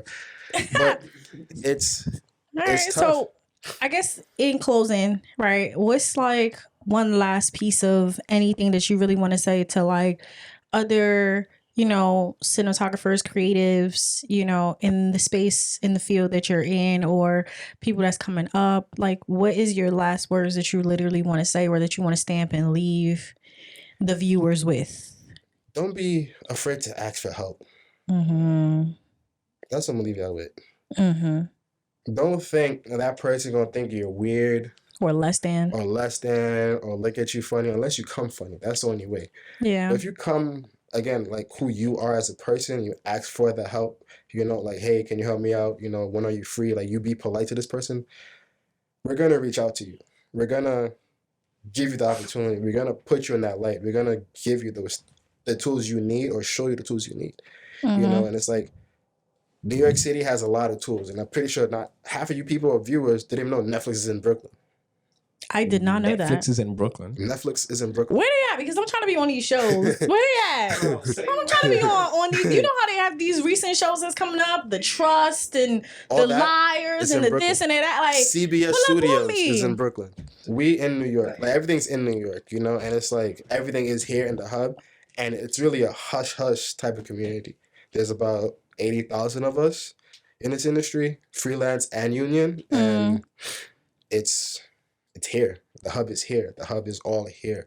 So don't be afraid to ask for help. Don't be afraid to ask, because you never know how that question or that person can for help you. Or for work. How about that? Yeah, that work too. Exactly. Listen, I will say, men, don't be too prideful. Ask each other. That's what the brotherhood is for. The bro code. And the crazy thing is, like, I met these guys and like these other people where like each of them had their own business. Mm. They all had a business. Like 1, 2, 3, 4, 5 had their own business. Mm-hmm. It wasn't until they all came together with each business that was booming. You feel me? Because you can make it by yourself. But when you come together with somebody else doing the same thing, it's magical. It's like a military thing. Like you have to have that military mindset. Like, yeah, you in charge of this. Community. I'm in charge of this. Mm-hmm. Don't step over me and I won't step over you. Not in a mean way, but in the sense of like, because I got to eat too. Not even that. It's more so you control this. You know more about this than me. That's your expertise. You feel me? I can't butt in and be like, you're doing this wrong. Play your part. When I don't know exactly. Play your part in all of this. Because that's the one thing, as in the black community, we lack a lot. Because every nigga and everybody wants to be, mostly men, niggas, want to be that man. You feel me? That big, the Suge Knight. Everybody will be Suge Knight. You feel me? Let one person be Suge. Let one person be, everybody else after that. Mm-hmm. Follow that, because, you all come together as a team. Yes, we all came down on this idea. Yes. But this idea can't flow without everybody doing their part.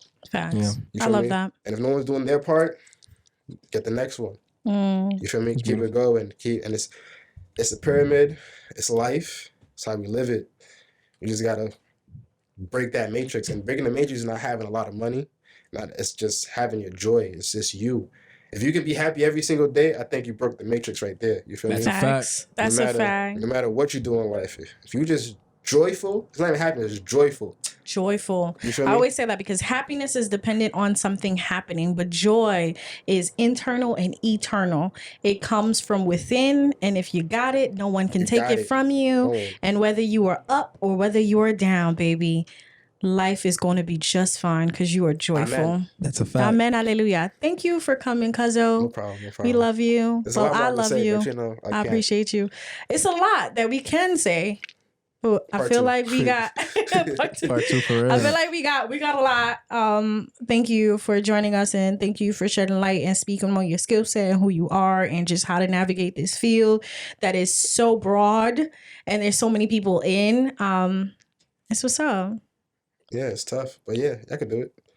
I love that. Yeah, y'all can do it. Yeah. Anybody listen, y'all can do it. You know, basically it sounds like just if you got that passion, you know, you got that drive. And also to answer your question about that depression state, you just got to overcome it. It's hard as a person to say overcome it, but if you find that light or that thing that like got you out of depression, try to keep that. Just keep that going for yourself.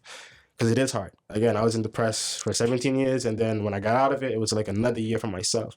But as a man, that time can only tell, and time that you use can get you out of what you're in. And that's really it. For sure. And I appreciate you for stopping by. This was very, very insightful. I got a lot of new things to learn. You know what I'm saying? Now I gotta keep a lookout for Netflix. OD, I'm trying to apply. Like, I want to be on a show, episode. Trying to be on the next Squid Game. You know what I mean? Yeah. Something. Right there in Something. Bushwick. I think it's in Bushwick. It's right in Bushwick. Bushwick, you love to see it. We the auditions held. Like, Man, for real. I ain't gonna lie. I'll make a great cash. I know that. You know, the jokes will Come be on now. flowing. The Easy. views up. Like, Easy. easy. But nah, appreciate you for stopping by. Thank you for sure. Might have a part two because there's a lot of stuff I wanted to ask for. Time is running on. Time is not on our side. I ain't gonna lie. It's not, yeah. But for sure, I'll keep a lookout. Well, I got your cousin here, so Yeah, whatever you got, you know. She my I'm plug. here with the questions. I'm here. Love it. Great space. You feel me? Y'all should come. Next people. I can't wait to see this growing and where y'all Appreciate go that. to. Facts. appreciate that. Well, y'all, thank you for stopping by. Definitely don't forget to like, comment, and subscribe and turn that bell on for an episode. And I can't wait to see you next time in the stew. Yeah. Thank you so much for watching this episode. If you enjoyed it, make sure you like and definitely comment your thoughts on these topics so we can continue these conversations down in the comments, and definitely subscribe with the bell on so you can get our videos every time we drop. Now, if you haven't already, watch our previous episode on connections, and I hope you can definitely enjoy it. See you there. If I'm telling you to make a Batman movie, but you're only going to take the 3 most popular comics, Yeah. and that's it, can I really say you know Batman? But also stop making Batman. Right? There's too much Because Batman. you're not telling me nothing new.